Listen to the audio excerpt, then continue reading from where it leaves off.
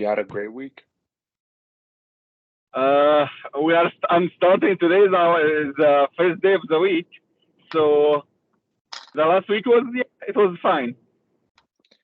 So, so you're 4 p.m. Monday or Sunday? Yeah, 4 p.m. Sunday. Okay. You start you technically start the week on Sunday. Yeah, exactly. Okay. But it is the weekend, right? You are from Colombia, right? That is correct, but I live in the US. Mm-hmm. So it is the weekend there. Yes, yes, yes. So, Sunday, do you 9 a.m. Sunday? Yeah, but I'm in the on the West Coast, so it's 6 a.m. Yeah. 6 a.m. That's Mm-hmm. super early. Being Sunday, you gotta do the class early, right? So then you could Yeah. go and enjoy the Sunday. So, all right. We have 5 people in the meeting so far. I'll be on mute now. They're all on mute. Perfect. Ko is here. Then we have Winnie. We have Olia.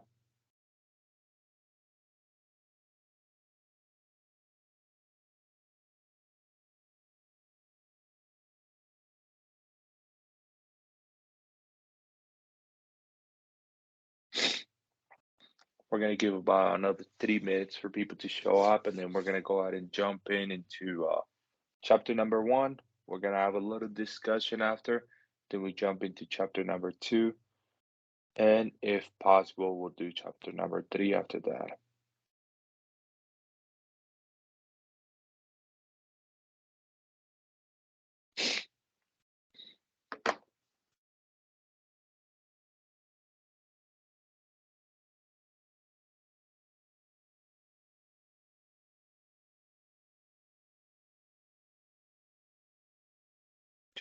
Just to remind you guys, your attendance is very, very important. Your attendance is very, very important for your final grade. Um, Try to attend. Let's be present for more than half of the classes. So it's a total of 14 sessions. We already have that one down, so we have 13 left. It's gonna go by fast. So just make sure that you um, are present for most of them, if possible, right? Or watch the videos after that, but the recorded sessions. But make sure that you try to be present as much as possible.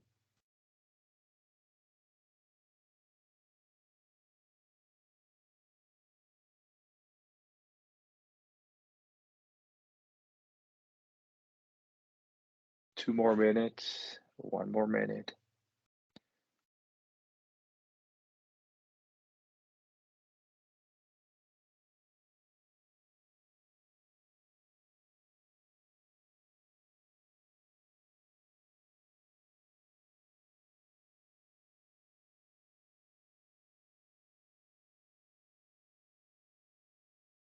Judy Lane, how are you? See you. Hey,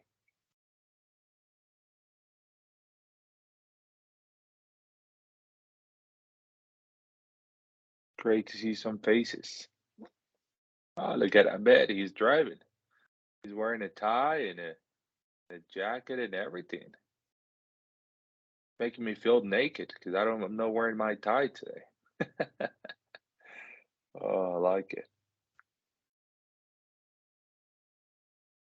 Oh, yeah. Yep. Love it. Love it.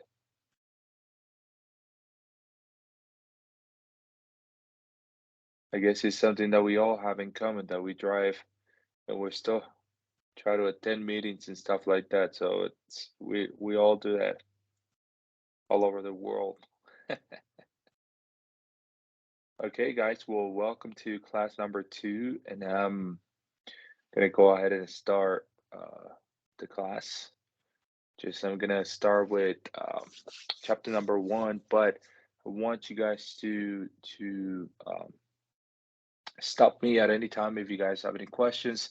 We're gonna go through number 1, chapter number 1, and then we'll do a little bit of discussion and then jump into chapter number 2. I know you guys are busy individuals, so we're gonna get right to it. Now, I did wanted to say that next week the textbook is gonna be available for you guys, which is the textbook you guys see on my screen.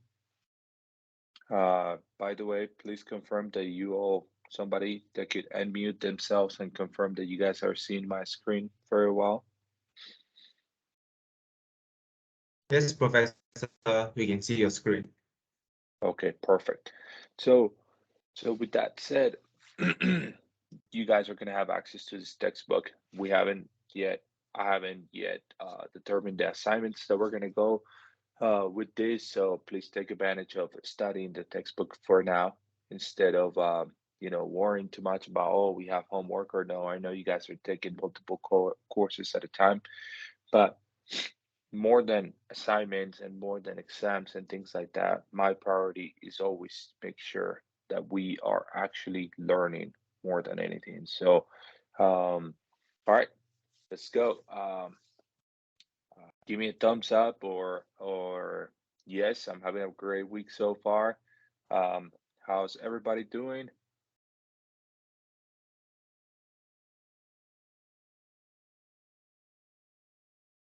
A thumbs up or give me some type of yes. I had a great week. Now starting the second one.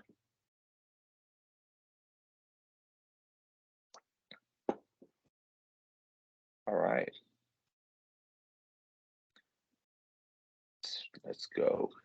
Let's do it. So, um, first things, what is it that we really think about marketing? Marketing in general. So, if we're going to be marketing managers, or we're going to understand this, uh, we have to get away from all these misconceptions, which is usually marketing is pushy salespeople, uh, spam emails that are going straight to you every morning when you wake up. Let's say in the US, every morning when we wake up, we have, 20 different emails from different companies that we clicked on at one point on their website or anything like that. That's just spam, right?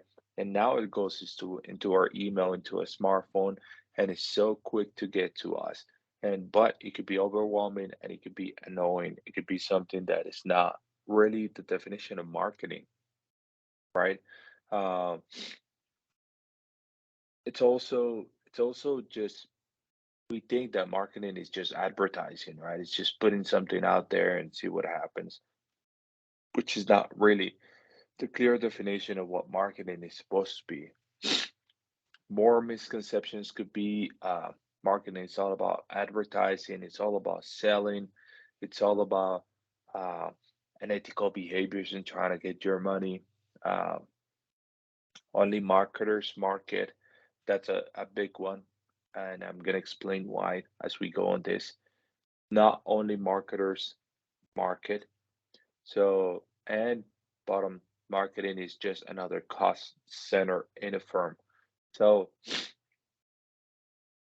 why do we have all these misconceptions? The misconceptions about what marketing is comes because we haven't had really good experience with it and we don't really understand where, marketing managers come from because we're so focused on the profit.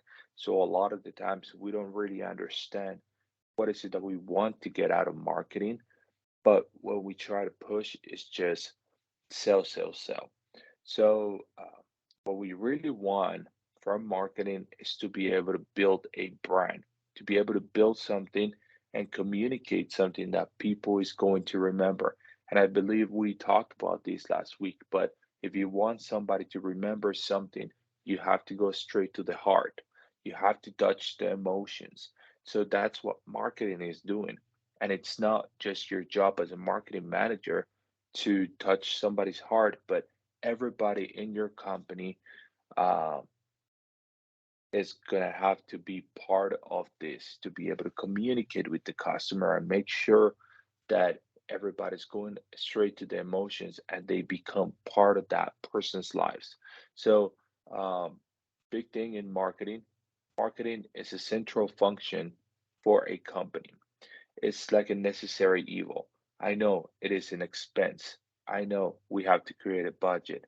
I know it is a department that a lot of the times we don't clearly understand. Um, that we don't clearly understand that people uh, what they're doing, right? So if I'm from accounting or I'm from customer service, a lot of the times I question myself, what's marketing doing, right? For my sales department, okay, what is marketing doing? It's kind of like one of those departments that people tend to forget unless they are a huge brand. When you're a huge brand and a huge company, it's easy to it's easy to see the results, right? Every advertising, every piece of artwork that is put out there through your graphic designers is going to be noted and it's going to be seen on the streets. So that's when you, as a sales representative or as a accounting department, you're going to have a breakdown of all the expenses of these marketing people, right?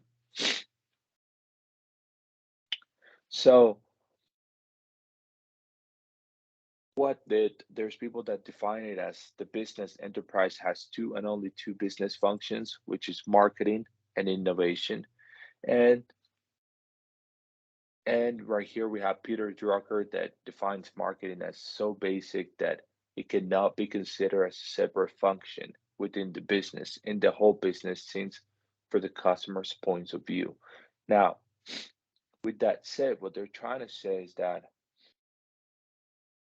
marketing is the company pretty much. Marketing is the representation of the company, of a brand, of a, you know, group of people that is wanting to change your perspective about them.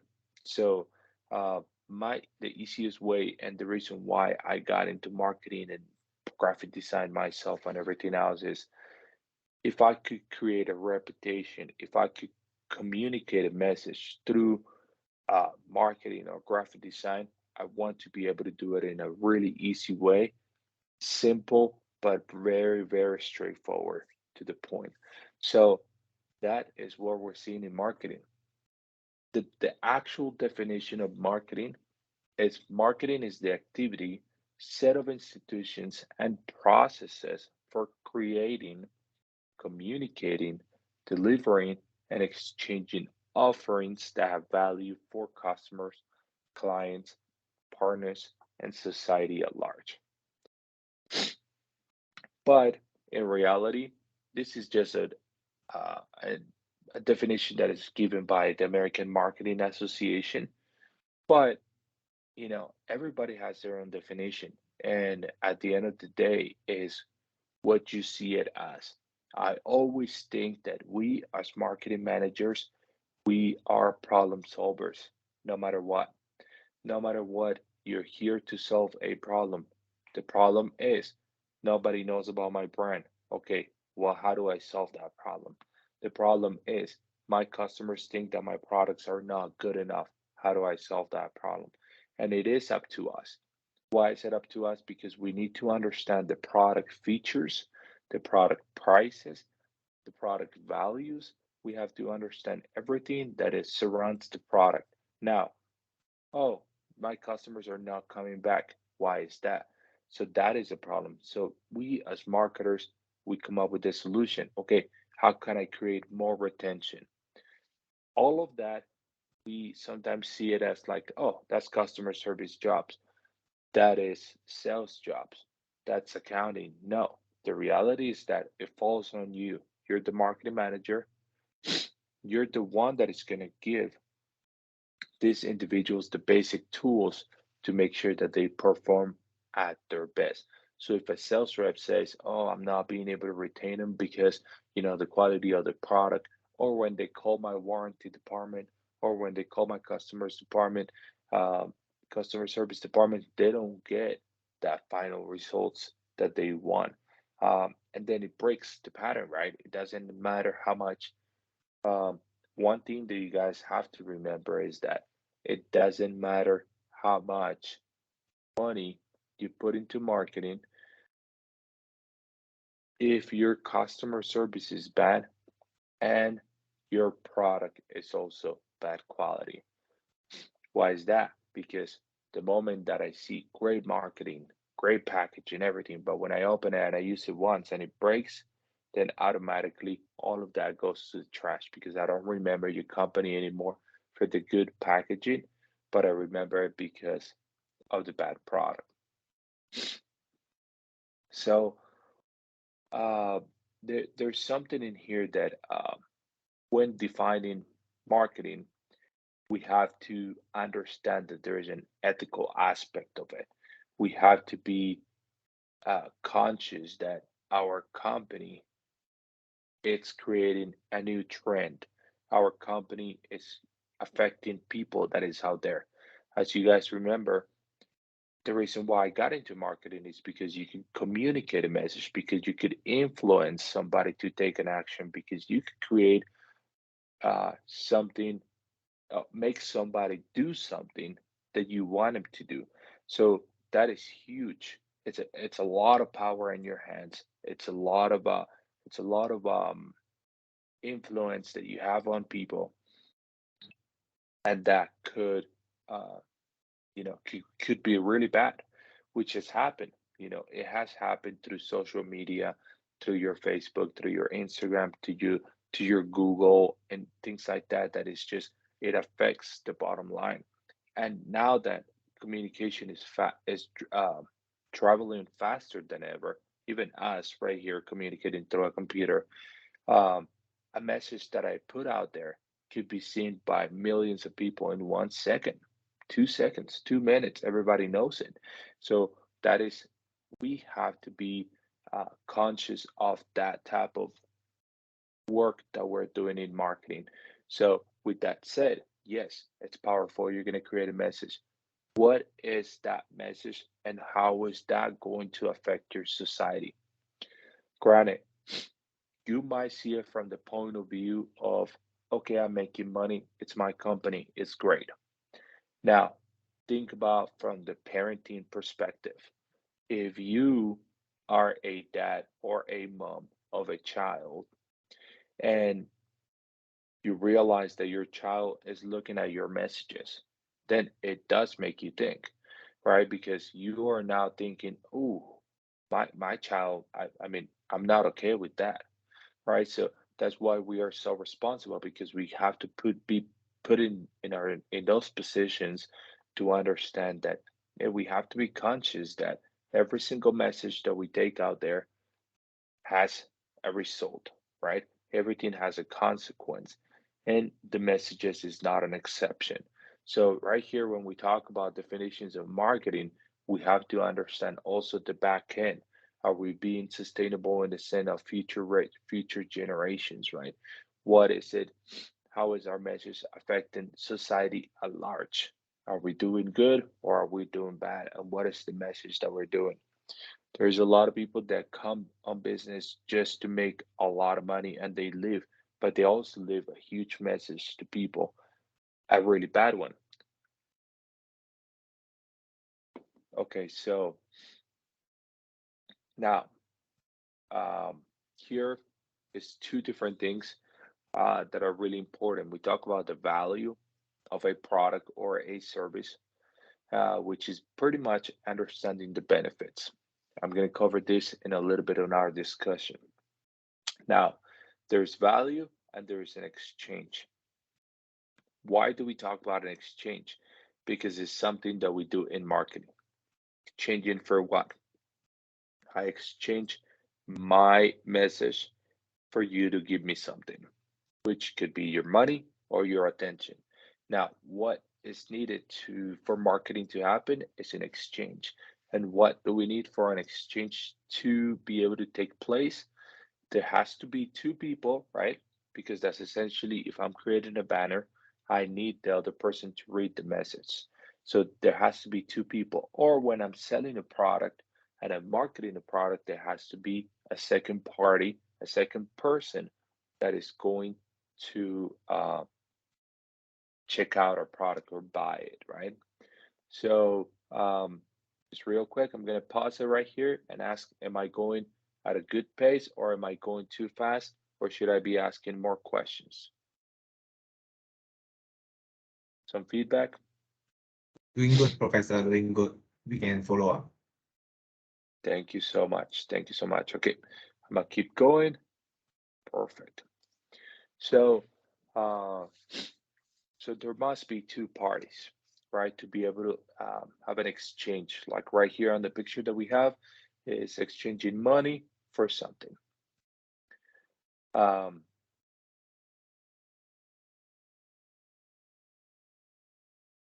this tells a little bit of the evolution of marketing, which honestly, I'm not a big person in history, but it does create um, it does create some type of background because it all started as pre-industrial revolution, and then focusing on products, and then focusing on selling, and then it keeps growing. Marketing is changing so quick because of the internet. Marketing is being affected so much because of what people believe all the time. So it's funny because every time they come up with a new version of the book, they're using so many abbreviations, so many new things that are coming up. And this is something that I could pass on to you guys, that next time you guys sit down on a meeting and people start talking about abbreviations and P&Ls, or they start using like R&D, things like that, just a regular abbreviation, don't be afraid of stopping people and saying, hey, I'm a marketing expert, but I'm sorry, I've never heard that, right? And at the end of the day, it's all concepts that you've heard, but they start using abbreviations, right? You might be one of those persons. So if you are one of them, please be mindful that not everybody understands the abbreviations. Granted, if you're in a company and you keep talking about them all the time with these same people, then you expect them to know it. But if you're new to these things, as a marketing manager, you have to be able to explain them. Do not use these abbreviations if that doesn't mean that person is an expert. It only means you know the abbreviation. So we have to be mindful of that. So with these parts of history, it's great to understand where it comes from, but look at all of these changes that has happened, and then we cannot expect new people that is coming to the market or old people that was in the profession uh, to know all the abbreviations. And I'm sure you guys have been in situations like that, but hey, stop and say, hey, I don't understand what you're saying. Please explain that concept that you're bringing in. Marketing is changing so fast, and especially in business, business is changing so quick that feel free to stop them. Stop them and say, hey, I don't understand what you're saying. I hope that makes sense because for me, there was companies that I was consulting for, and they made me, you know, feel sometimes like I didn't understand what was happening. So I just stop them and say, okay, tell me what is this abbreviation? They will open it up. I'm like, oh, that's what you meant. I knew that concept all the time. I just didn't know the abbreviation. So uh, pre-industrial revolutions. So before that, all the products were customized one to one, right? So the marketing is almost non-existent. It's almost like, okay, I make shoes and I'm the only one that makes shoes. So you come and just buy them from me. Same thing with the production orientation in here. Before it used to be, if you build it, they will come. So for example, for Ford or any automotive industry in that small little companies that are coming up, it's like, okay, I sell a product, they're gonna come. If they know that I sell it, I don't need any type of marketing or anything like that. Why? Because in that moment there were not that many cars, right?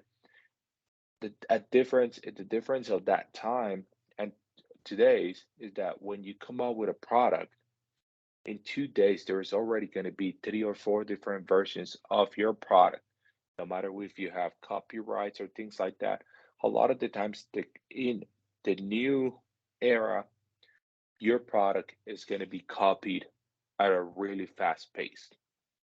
And I'm sure you guys have seen it. The moment you come out with, there's so many versions, let's say, of the headphones that Apple came out with, right?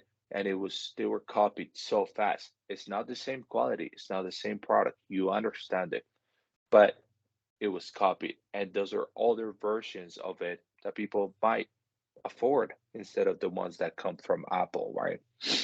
But before, it was all about if you build it, they will come. I don't really need to have any type of marketing. And that is my marketing, my product. So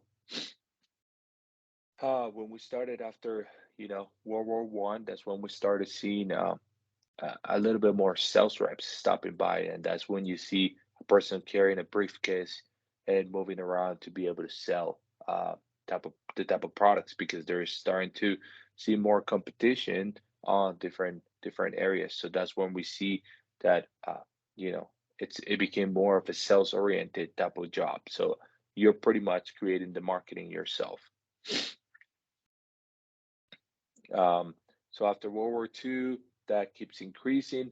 Customer goods, production of customer goods. Now there is more capabilities of creating new products. So now we see that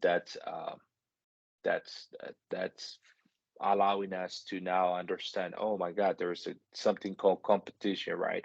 There's something called as copyright. I need to create a product that is unique so I could get some sales. So they're starting to see all these problems that we now face uh, because of so many products coming out to market at any time. Every day, right? New products and new ideas, especially now that services are now created by the minute, and everybody could just create a website and start a business. So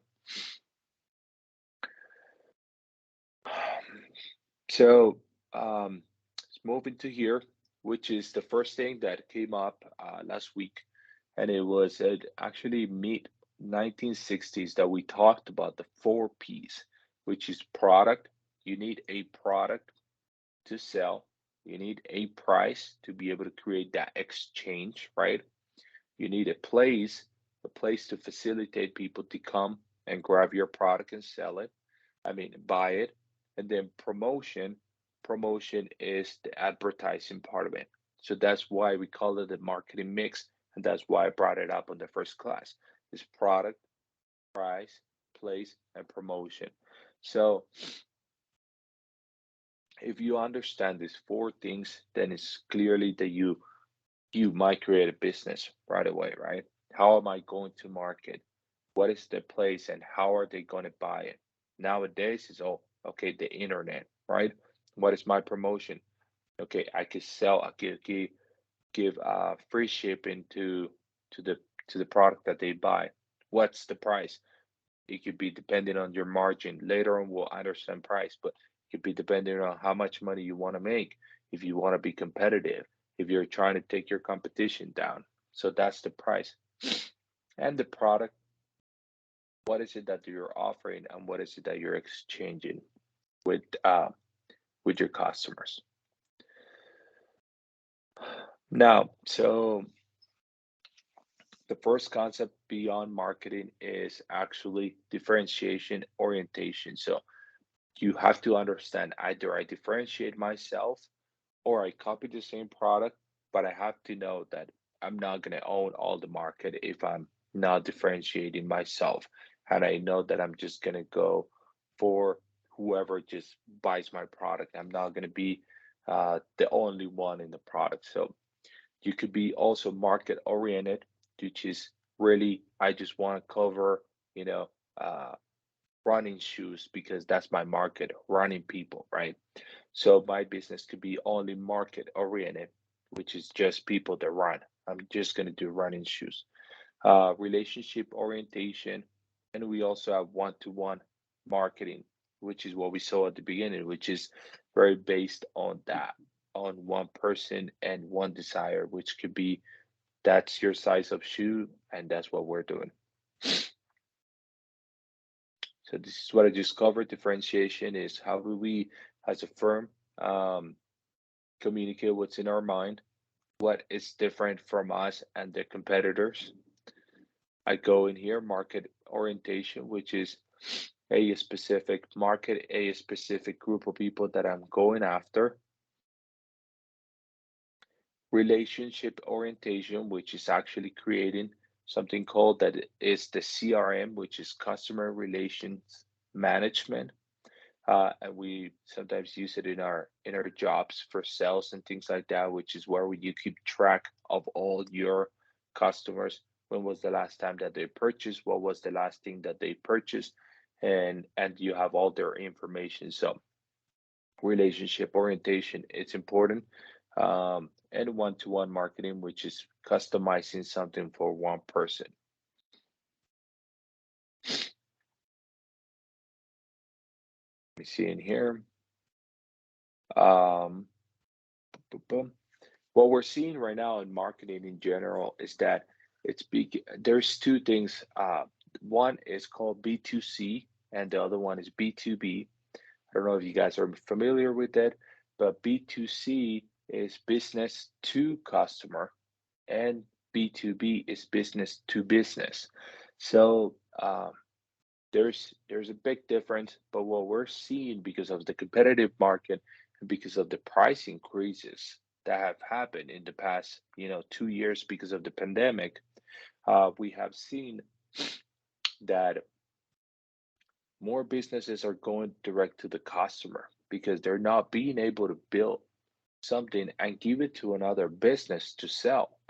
It's really expensive to build a product, to finalize it, and then you have to give it to somebody that has to up the price and then sell it to somebody else.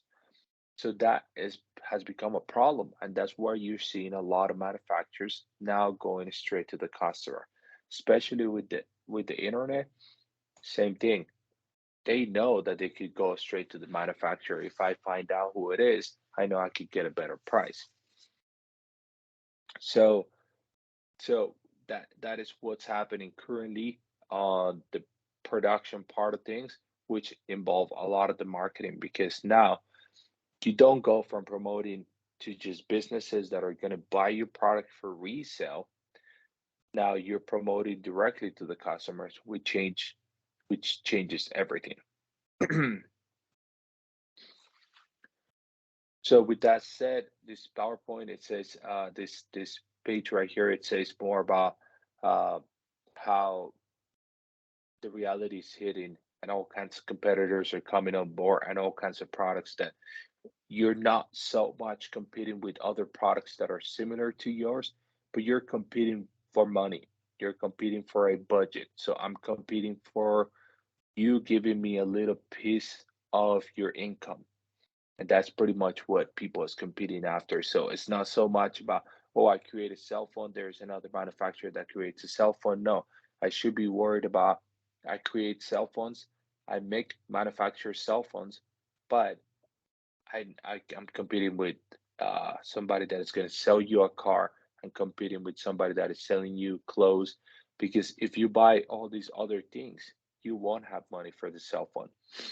So that's how you're bringing, the marketing message. I'm saying like, okay, you know, what is it that your priority is, and I can make you need my cell phone more than these other things.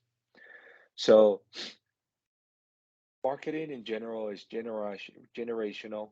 So it's going to pass by generation and generation. And what worked for your parents is not going to work for you because you understand it from a different point of view.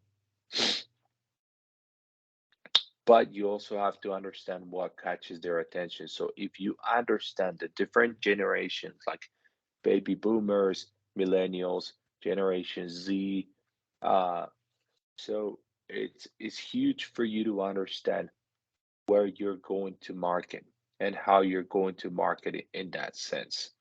So let me see. We're almost done with this chapter, so stick with me, please. Right here, one thing that we have to understand about marketing is if you cannot measure it, you cannot manage it. or backwards. If you measure it, you can manage it. So that's huge. Marketing is all about the metrics in a sense. There is a lot of your gut, what you believe is good for the company compared to the metrics, but there is a lot of analytics that go behind it. So we have marketing metrics and marketing analytics. And you as a marketing manager, you have to understand, okay, what are the main points that I'm looking after to make sure that I'm producing results? As it could be, one selling point could be how many online sales I'm getting, how much am I spending in online advertising? That's my metric. Those are my analytics, right? What is it that I could track to be able to understand something called the ROI, which is return on investment. How much money in my investment is going into marketing and how much of that is returning as a sell. So if you're in management, you have to present this to the owners of the company and say, this is how much money we're spending in marketing, this is how much we are getting back, and this is how it's going back. You return as a sell because it was on online advertising. You return as a sell because it was on a magazine. You return as a sell because it was, you complete the sentence. So, like right here, marketing is a fuzzy field. Why is it a fuzzy field? Because, you know, nobody really understands what's happening. Nobody really understands what the metrics are. And it's hard for somebody that is not in marketing to understand all the work that you put in to be able to bring customers. Right here, if it can't be measured, it can't be managed. So you have to understand that you're measuring it to be able to manage it and say and make decisions. Is marketing an expense or an investment? It's totally an investment, right? But it could be an expense if somebody it doesn't know how to do it. So it's an investment because it's going to return in bringing customers to your company. Now, CEOs and stockholders, which are pretty much the ones that own the company, expect marketing accountability. So they're gonna be contacting you because they want returns. So these are the type of people that come to our office and they don't really understand how much of we do, but they come and asking for money pretty much and say, how is this returning? So, uh, any questions? That was the end of that specific chapter. Any questions? Any comments? No, Professor. Everything is clear. And can one person give me feedback on one thing that you guys learned from this one? One point, one key point that you got out of this PowerPoint.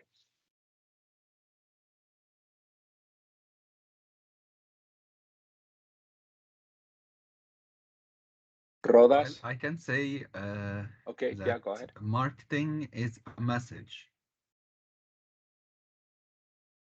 Perfect. Okay, Yes, and it's a message. a message, regardless the content, it need two, as you mentioned, uh, two parties or more, at least two parties.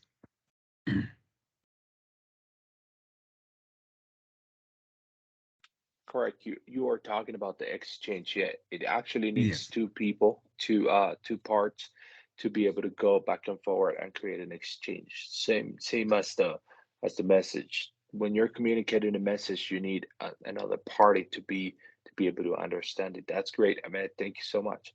I have Judeline. She said the four P's. Yeah, the four P's, which are product, place, promotion, and price. They're really, really important. Anybody else? We have Dania, Chan.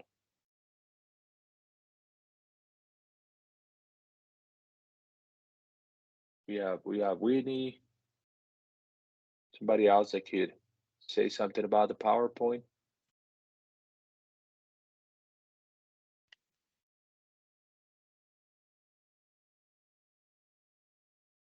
All right, so I'm gonna open up for some questions in here, and or some points in here. What somebody answered this question? What is the difference between value and price? Anybody that could volunteer to answer the question between value and price? What is the difference? Or what you think? What you think the difference is?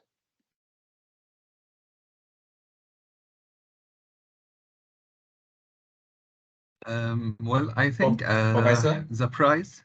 Okay, go ahead, price Prof. is some. I'm not really sure, but I think price is something what you get and value is something what you pay for. So price is you said value is what you get and price is what you pay for. Yes. Something like basically price is something that you deal with the goods or service. Okay, okay, that's a really good one. I bet you were gonna say something. It's almost the same. The price is like what we pay for a product, okay? But the value is how important this product to us, to me as a specific person, okay? We might pay the same price for a running shoes, okay, but the value of this running shoes for me is different than it for you. Maybe it looks a fancy shoes, so you like it for how it looks like, okay, while I care more about how comfortable I am wearing it.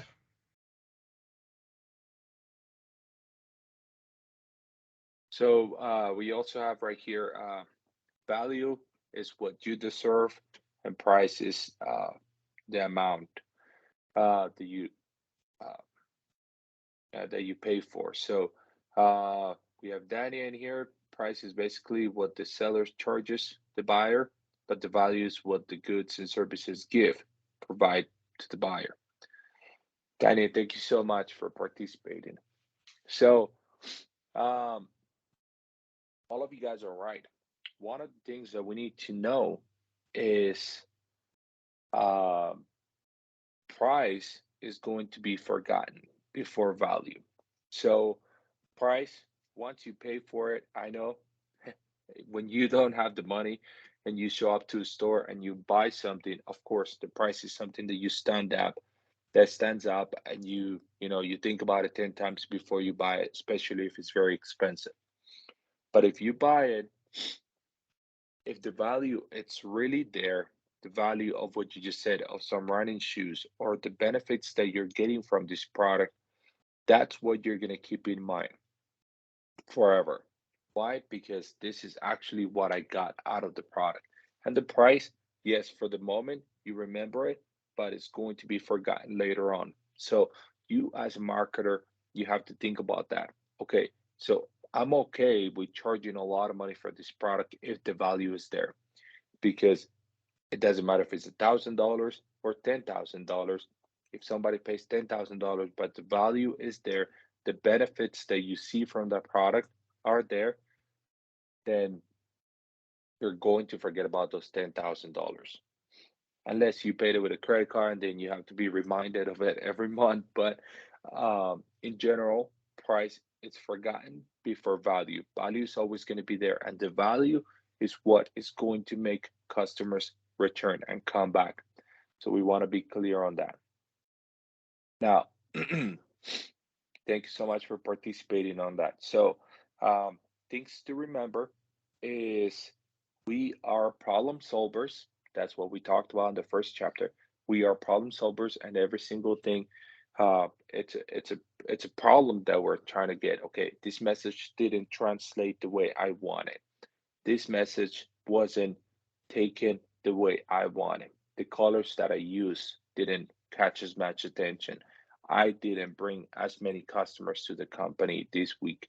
I didn't get enough online sales. What is it that I'm doing wrong? that is not generating the amount of money that I want back, the amount of customers that I want back. Because a lot of the times it could be just customer requests, not even turning into sales at the moment. But hey, I need to bring 1,000 customers per week. And if I'm not meeting that goal, that is a problem. So we are problem solvers. The next thing that I want to cover in here is we as marketers, we work with every single department. Can one person give me an example of or an explanation of why do you think that it's important for me to mention this? Do you think, okay, my statement is we work as marketers, we work with every single department of the company. Do you think that's true? And why do you think I say that marketers have to work with every department in the company? Can one person help me with that?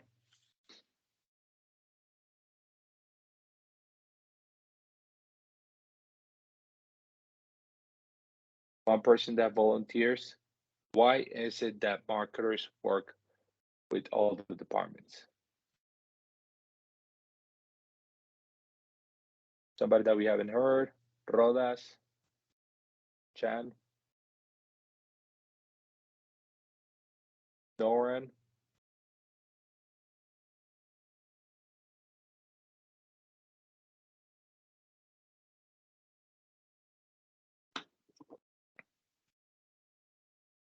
Okay, so I'm gonna right here. I have Dania. She said, true, because I think when a company create a product, there are a lot of other departments, including business or the engineers. So it's important to work with them to determine the USP. The next one is for division of responsibility. That's right.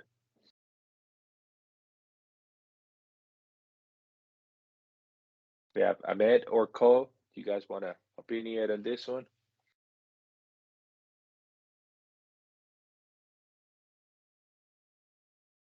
Well, departments are basically customers to each department. So marketing, yes, it is important. I don't know how to explain it. It is the department brand or the department image that it needs this kind of support.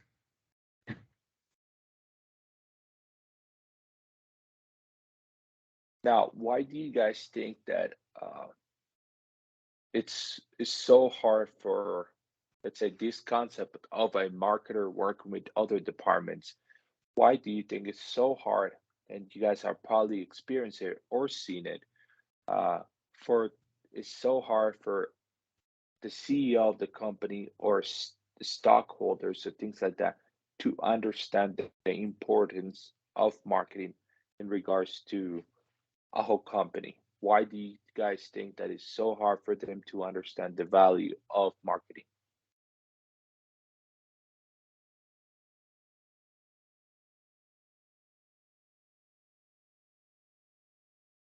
Anybody?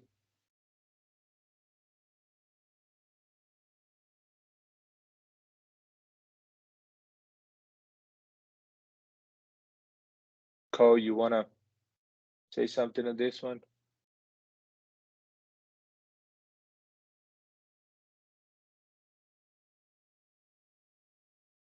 Is it because most of them see that the marketing is like expenses versus income? I think that most of the people think of marketing expenses, and after that there should be some income, some good return. 100%.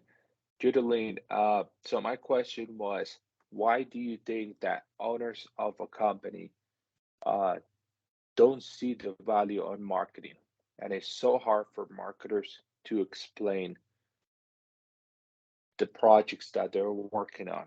the things that they're doing to bring business. So that was my question. And okay, so let's go back one step. Yes, we work with every department, and let me tell you why. Because we create a product, right? The creation of the product, you have to work as a team because you have to work with the engineers to understand how and what are the benefits of this specific product that is cool that we're going to bring to market. Once you understand how the product is made, what is it made out of, and things like that, those are the features and things that you're going to put on your advertising, right? So now, with that said, you work with that engineering department. What about your warehouse department, somebody that is shipping all the products? You have to make sure that all the marketing that you put on the product, which is, let's say, it could be a brochure, it could be the packaging, it arrives the right way to the customer. So now you're working with the shipping department. Now you're working with what? Let's say accounting department. The accounting department, you're working with them for one thing, to be able to make sure that your customers are satisfied when they pay or when they need a refund. Because when you fix these things, then the customer is going to come back. Now, you work with the customer service department. Why is that? It's because you want them to say the same message that your marketing is saying, and it's communicated clearly. Also, when a customer comes back, is how you solve that problem. That's why communication is great between departments. So let's say in customer service, you have to make sure. So in general, you want every department to buy your message and communicate it the same way to the customers. There's nothing more frustrating than for a marketer to have a really good return. I brought the customer, blah, blah, blah. But then it comes to find out that your sales reps, your accounting, your customer service is not doing a great job, then you lose this customer and it does not return. So, second part of it is if you're not in marketing, it's hard for you to understand why is it important for me as customer service to work with you? Why is it important for me as accounting to work with you? That doesn't make sense. So until you are in that position, I got to tell you, hey, my relationship with you is so important. I need you to tell the customers this. I need you to give them a refund. Why? Because this customer is going to buy more if I fix that situation. Now, with that said, a great relationship, this is something that I want you guys to keep in mind. A great relationship with a customer is created a lot of the times by know how you interact the first time, because the first time could be all smooth, they bought the product, and then you move on, right? But you're talking about if something goes wrong with the product and how you fix it. It's on that second interaction that it could be that they need a warranty, that they need customer service on how to put the product together, how to troubleshoot it. That's when you build that relationship. That's when you get the customer home. The first one, they just buy the product. They could buy it and forget. But if something goes wrong with the product, that's your huge opportunity to make sure that you help that customer and you keep them forever. They're going to remember more on how you helped them than when you sold the product to them. Does that make sense? So those are the pointers that I wanted to make out of this PowerPoint, and I wanted to share with you guys. We're problem solvers. Value is remember, cost is not, and we all work in, as a group, all departments have to be together for responsibility, uh, for the sake of a customer, right? So, like Ahmed said, is that our first customers are our employees. Our employees are the first customers that are going to be buying our product. So, all right, let's move into this second section that I wanted to cover, which is a little bit, I'm going to try to discuss one soft skill per class. And the soft skill of this class will be empathy. Now, I really need help from you guys on communicating in here. So either type it or unmute yourself or something. But what do you understand? Somebody that volunteers, one person, please. What empathy is? What is empathy?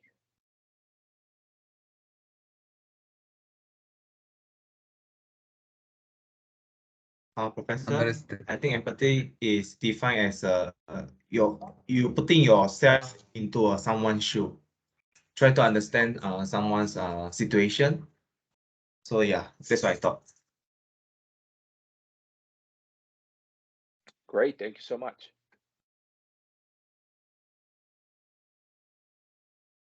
Okay, to understand what the other people's feelings, needs, and wants. That's what Dania said. Perfect. Dania, thank you so much for participating. Cole, thank you so much for participating. So it is that. It's the ability to understand and share the feelings of another. It gives you the ability to know if you are truly reaching the people you're communicating with. It helps to build teams and to work effectively together. Put aside your own point of view, right, which is huge. A lot of the times when people is talking to us, we just want to be able to say something quick, and that ruins the whole empathy situation. Put aside your point of view and see things from their perspective. Like Cole was saying, be on their shoes. Uh, Now, there is the contrary of that, or the one that we tend to differentiate, which is sympathy. Sympathy is when you just want to share the feelings, but empathy is when you're actually on their shoes and you put aside your point of view. Now, that is great, great, great point to understand. Why? Because in marketing, like we just said, we want to be socially responsible for these things. We want to put ourselves on their shoes to understand where what our message, what our product is doing. Okay. So empathy, and also in management, empathy is huge. Why? Because your employees, you have to be empathic on how they're, you know, how they are, how you're interacting with them. You have to be in their shoes in the daily life, right? You have to understand that they also have a family. They might have problems with the wife, with the husband. They might have problems at home. They might have problems with, the car breaking down and things like that. So when you put yourself in their shoes, it's not only about business, right? One of the things that, the company that I work for full time, the owner of the company said, Danny, don't worry about it. It's just business. Let's keep going. Tomorrow is going to be a new day. But not every owner of a company does that, because every time you're absent or you're not able to complete a task or anything like that, they see it as they're losing money. So we as managers, we have to create this empathy towards others and understand where their point of view is coming from. So always give that opportunity to somebody else to talk about it. Huge, huge skill for marketing. All right, guys. So let's go ahead and jump into chapter number 2, and then we conclude the class. So let's go ahead. I'm gonna go ahead and share my screen again. Then we're gonna go ahead and jump into chapter number 2. One thing, any questions about empathy, and any questions of why, or comments of why empathy is important for us as managers to understand?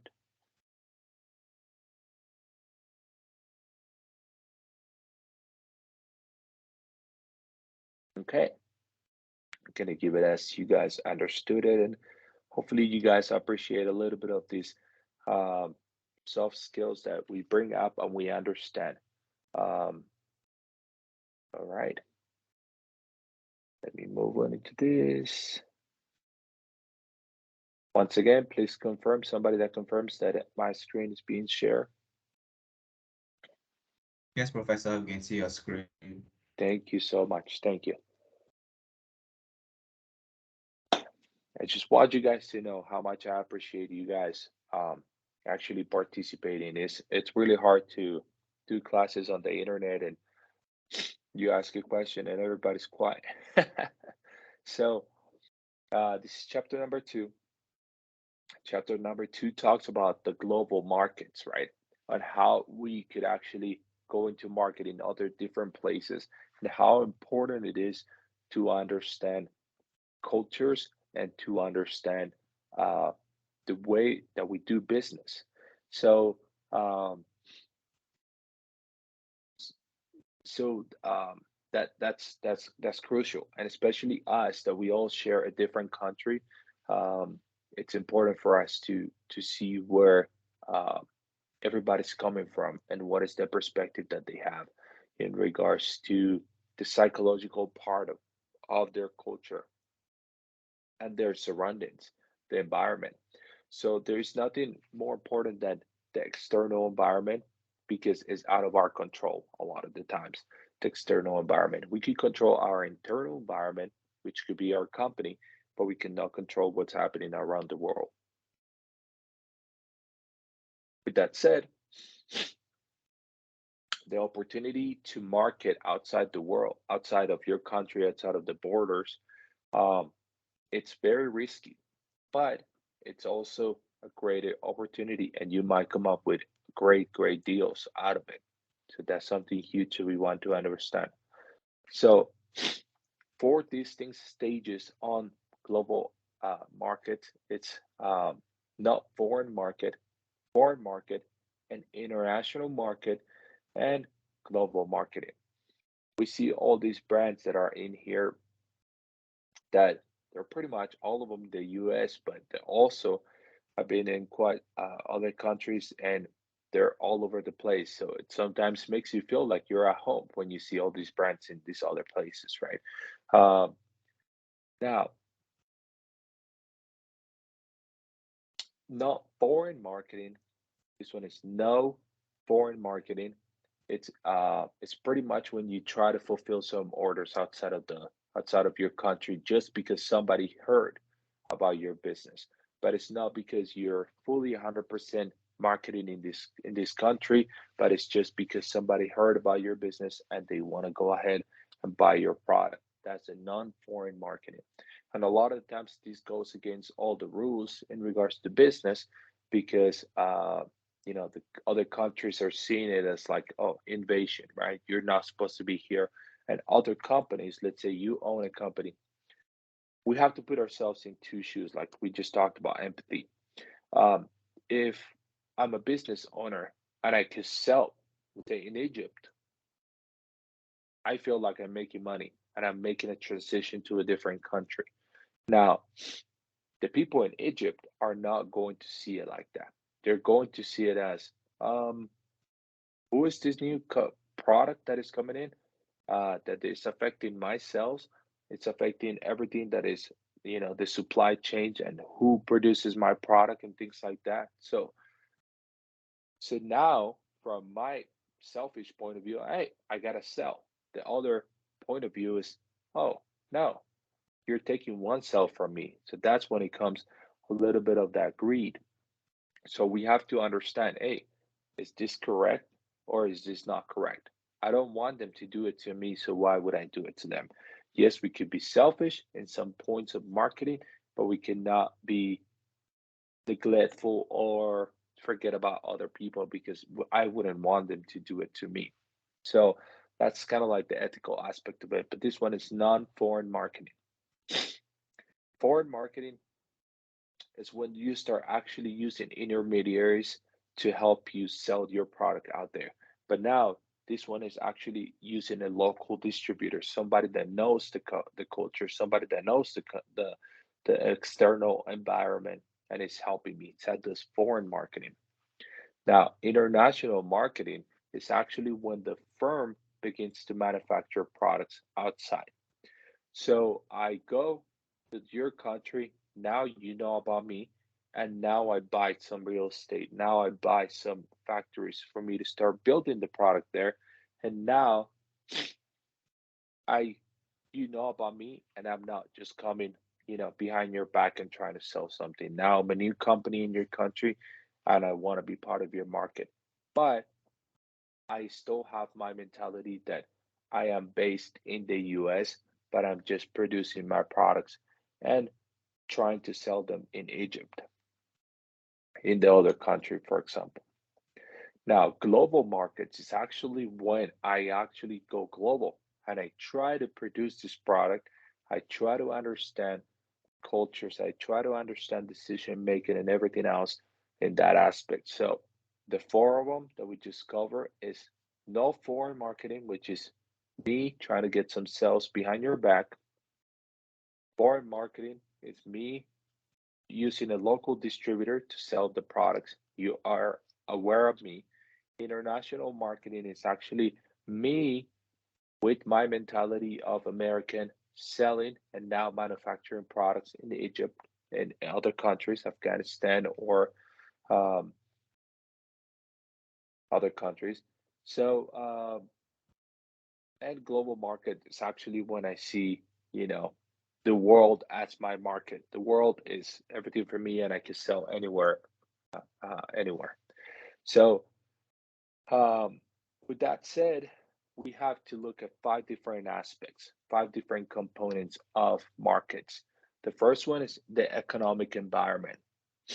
How good is the economy in that specific country? A lot of times you can come with high prices, but the reality is uh, that nobody has the money to pay it. So why would I do that? Uh, I also have to understand the economic environment. Who manages most of the money? There's countries where the government manages most of your money and then you just get a piece of it. So, understanding the economy of the country and the economy of a specific people, that's one of the first things that you have to understand when you're going global. Say, next thing is the culture, which I want to be able to get to this class where each person shares a little bit of their culture and how they see it, let's say, compared to other places that they've been to. But going to global markets, culture and societal trends. Now, the trends could be very similar because of the internet. Now, everybody's on social media, and those cultures and those trends keep being shared, and they're very similar. But there's something about culture that is not similar. It's not going to be the same. Yeah, but we might all wear jeans, we might all wear a tie or wear t-shirts and all that stuff, but culture is culture.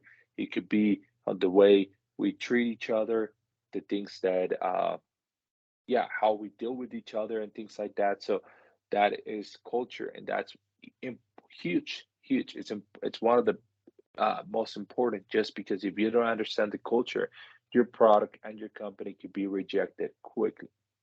Now, the business environment, how do you do business? Do you have to go to the government first, or can you directly to somebody else?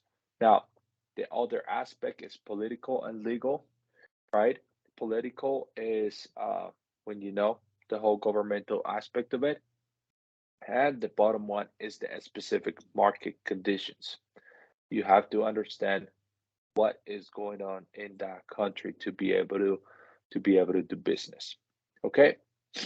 Now, we have seen the fastest growing world economies. It's right here: South Sudan, Bangladesh, Rwanda, and Dominica, and Cote d'Ivoire. Sorry if I mispronounced that. Uh, but we've also seen growth from China and India, which um, is still looking forward to visiting India. Um, multi regional market zones is pretty much what we talked about, in a sense of economic factors, geographic factors, political factors, and cultural similarities that we have between all of us, right? Now, moving into the next step is right here. This is important for you guys to understand, or maybe you guys already know it, which could be the European Union, Mercosur, ASEAN, and Nafta. Nafta and all these four regional market zones are pretty much what makes the, these are countries that are together, right? And these are countries that are together to be able to deal with each other without having to have specific expenses or things like that, right? Um, so NAFTA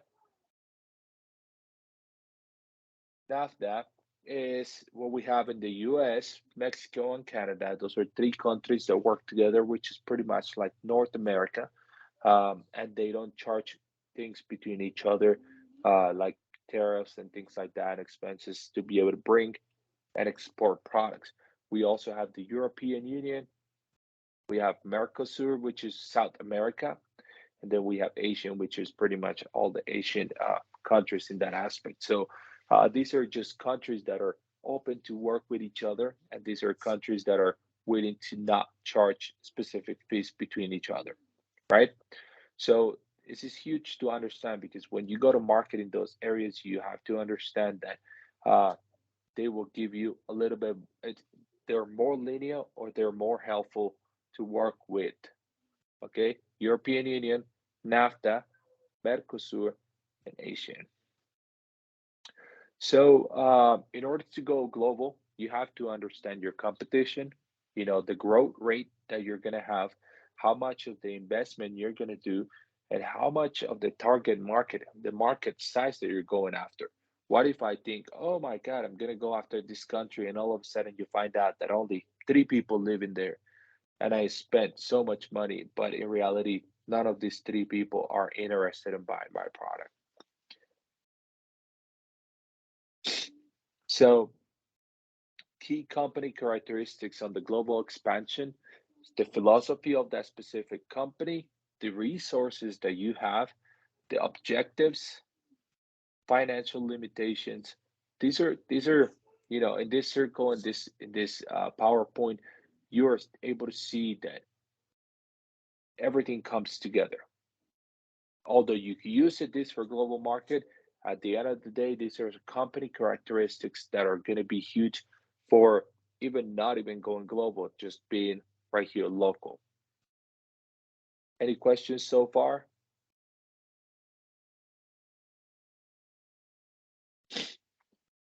Everything is still good? Give me some feedback. Yes, Professor, everything's good. Perfect. Thank you so much. So now we have different ways of actually coming to market.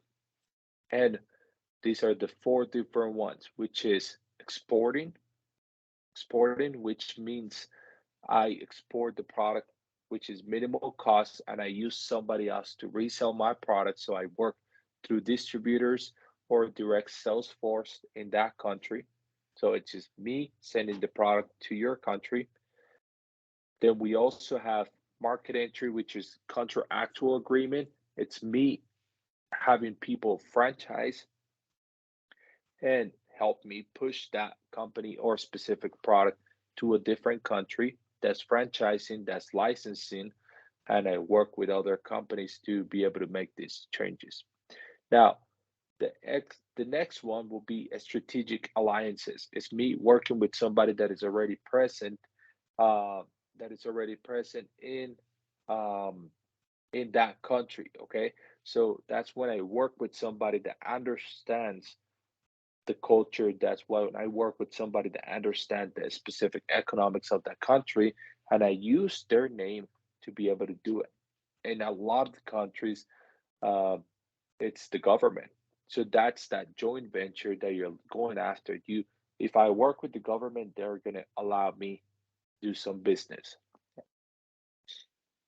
So we have exporting as being the first one. It's less risky, more money in that aspect. Uh, Not more money, but less risky because you just send the product. Contractual agreement. Now I'm franchising. It's still low cost because I'm having somebody do the work for me. Now, market alliances is starting to get more expensive because now you're putting a lot more money and they are pretty much putting their presence in that country.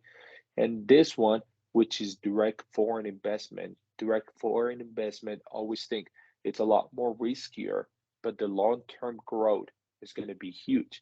It's me putting all my money in your country and expecting it to go good. Um, so in general, what we want to see from this growth and all of that is how can we understand the culture and the expectations of this external environment to be able to know if our product is made for them, right? You guys have probably seen it in your country. Some products don't make it just because they didn't understand the culture or they didn't understand um, our economy, or simply, it's not a taste that we like. So, for example, Coca-Cola has to change the amount of sugar that they put on their product all across the world, just because in the United States we consume a lot of sugar compared to other countries when that's not the preference, right?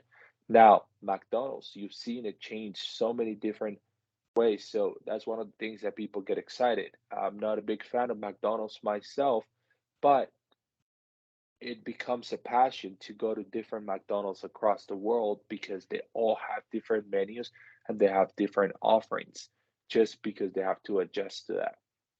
I also have another example, which is the Oreo cookies. The Oreo cookies come in different levels of sugar because of that same thing that I mentioned about Coca-Cola.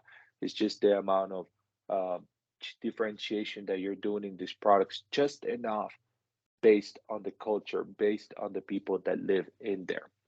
Uh, Oreo actually had a little bit of marketing problems at first because of the different cultures. For example, the advertising for us was always, uh, you know, kids automatically know how to put the cookie inside of the milk to be able to eat the Oreo cookies and things like that.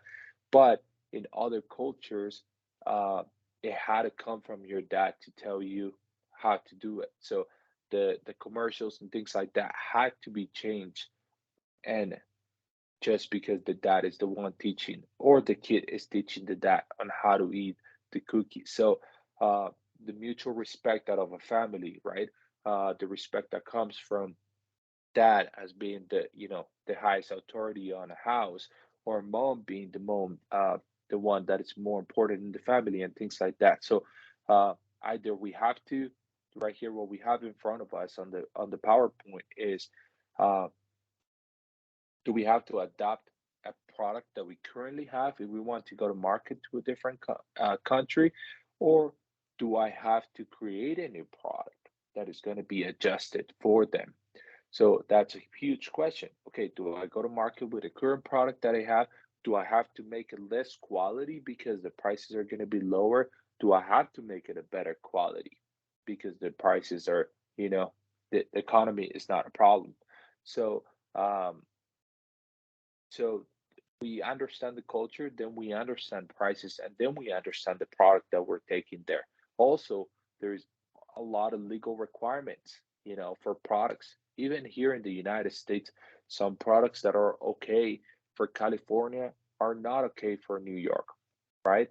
Because of the different laws. For example, in California, it's really difficult to paint something because California protects a lot of the fumes and all the things, the type of paint that you can use. But, let's say Colorado or Texas and stuff like that, they don't really care about those things. So even internally here in the United States, we have those conflicts. Later on, I will understand from you guys if, in Africa or in Asia, you have those problems between countries, right? Uh, we have to understand that the brand strategy, the quality of the product, and all that stuff is fitting the culture once again. But it's also, if it's going across the world, you want to make sure that that quality is to the standards, and that's how you gain your reputation. Um, an example that they give us is IKEA. IKEA is such a global company that it's one of the, I will see it as a really difficult market and business just because the structures are so different. And one of the examples that they give is Japan. For what I've seen, I have not been in Japan. For what I've seen, the living structures are really small, so they need these type of this type of um, furniture that is made from IKEA that is really small and very simple to fit and do many different functions. So compared to the US, in the US we love IKEA because it's so easy to build, but we don't see it as quality. We see it as okay, it's not, it's just furniture that is going to break in a year or a year and a half because of the use. It's not real wood, so we don't see it as quality. Now, in Japan, it might be the only thing, the only way. Why? Because we have small spaces. Now we need that type of furniture to be able to, you know, make it last, right? And we want to be sustainable, so we don't really need wood. We need this compressed type of equipment. So, um, when we talk about market channels issues in regards to global markets, it's important to understand the balance on how much we want to spend and how much we're going to get back because uh, spending on something that in a different country that you don't really know about, it could be difficult more than the area that you're usually working with. So how much are we trying to cover? What is it that we're trying to portray? What is the message that we're trying to say to these to that separate country? What is it that we're trying to include? And how do I get to my specific customers? In this PowerPoint, we see an example right here of Coca-Cola different setups, right? In the United States, we don't have those pop-up setups like we see here on this one, um, but we do see the Coca-Cola logo everywhere, and especially on Christmas, right? Coca-Cola Christmas right here, it seems to be the commercials and things that you remember.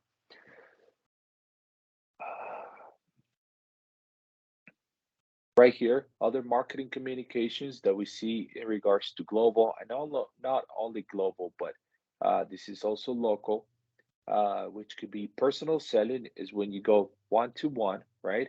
And personal selling is when I come to you and I talk to you about my product and we sell it directly. Sales promotions is actually when we promote our product outside of the US or in the world, right? It's just that public relations is actually the importance in how they see uh, your specific product in the world. So, uh, so right here, public relations, you have to make sure that the message is being transported and translated the right way. Pricing, pricing, like it's saying in here, either I want to meet a certain criteria and certain margins. So how much do I want to make based on my cost?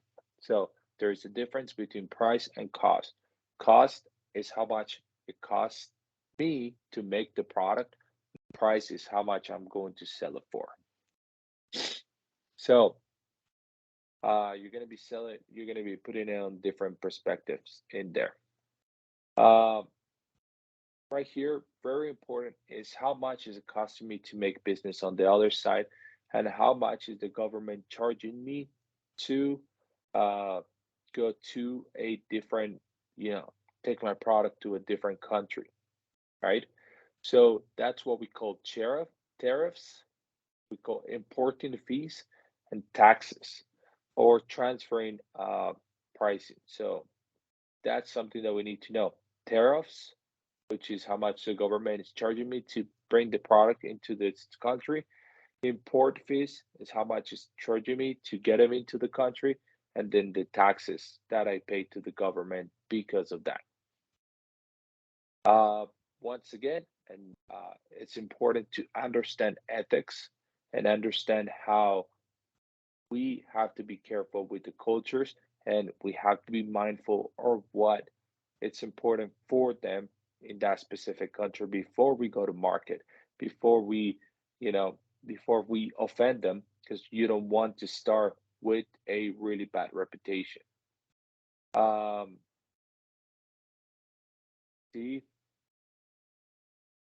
at the end of the day, right here, it's all about sustainability and be able to make sure that all of our efforts in marketing are being sustainable in regards to the message, in regards to the product, in regards to everything that we put out there for our for other sister countries, right? You want to be able to have a really good reputation. uh that is it for chapter number 2. Do you guys have any questions, any comments?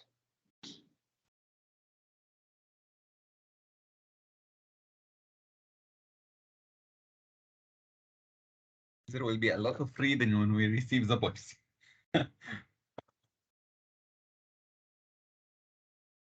Yeah, yep, 100%, 100%. I think you'll be able to see those, and if you guys, when you guys receive the books, you guys you guys will be able to, answer some of those questions and even ask me more questions if you want. If you go back to the material, and you'll be able to ask me those questions. It's fine. Um, any comments about the class today? Any questions, just in general?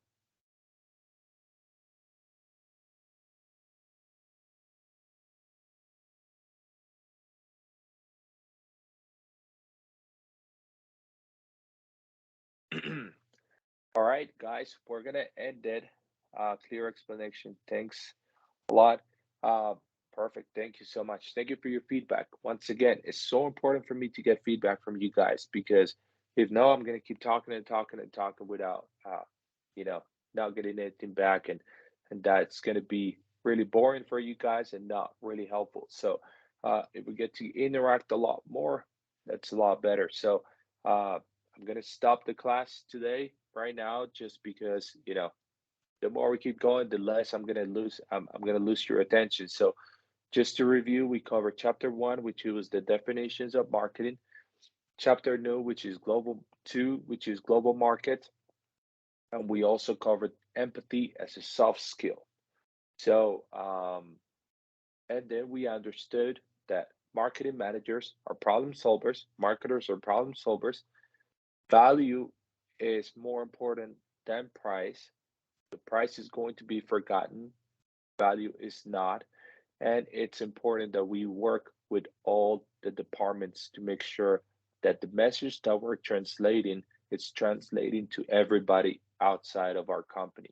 And everybody believes on what the company stands for. All right, guys. So I wish everybody a wonderful day. Thank you guys so much for assisting to this class. And I'm going to push so you can get the book, the textbook, as soon as possible. Uh, One thing, are you guys getting my emails? Do you guys get it? Because I did send emails, and I wanted to make sure that you guys are checking your emails, or I should just be communicating through WhatsApp with you guys. Any feedback on that? Yes, Professor, we did receive your email. At least on my side, I did receive your email. I received it also. But anyway, you can communicate the way you like. We are okay with WhatsApp and we are okay with emails as well. But WhatsApp, it is fast. It is open all the time. So Okay. it's Okay. up to you. Okay. Okay. Perfect. All right. Thank you, guys, and I hope you guys got a lot of feedback from this class. Chan, you want to say something? No, sir. Thank you, sir. Another, Okay. we have, So for example, your explanation is good, but we need to study more based on your lectures. But we have been seeing very well, sir. Thank you. thank you very much. Thank you very much. You posted the slide in Moodle. I will go ahead and post. I'm going to get permission to post the slides in Moodle.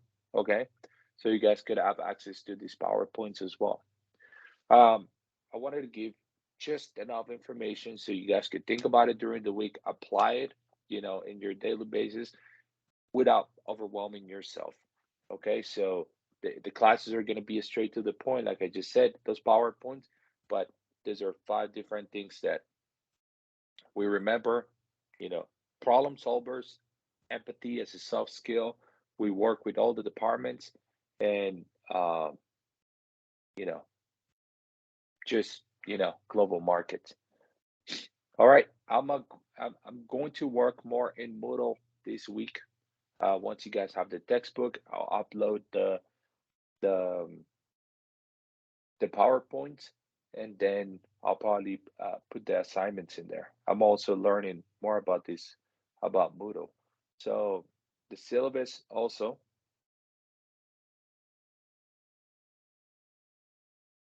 All right, guys, if there's no more questions, I appreciate you guys very much, and I hope you guys have an amazing rest of the day.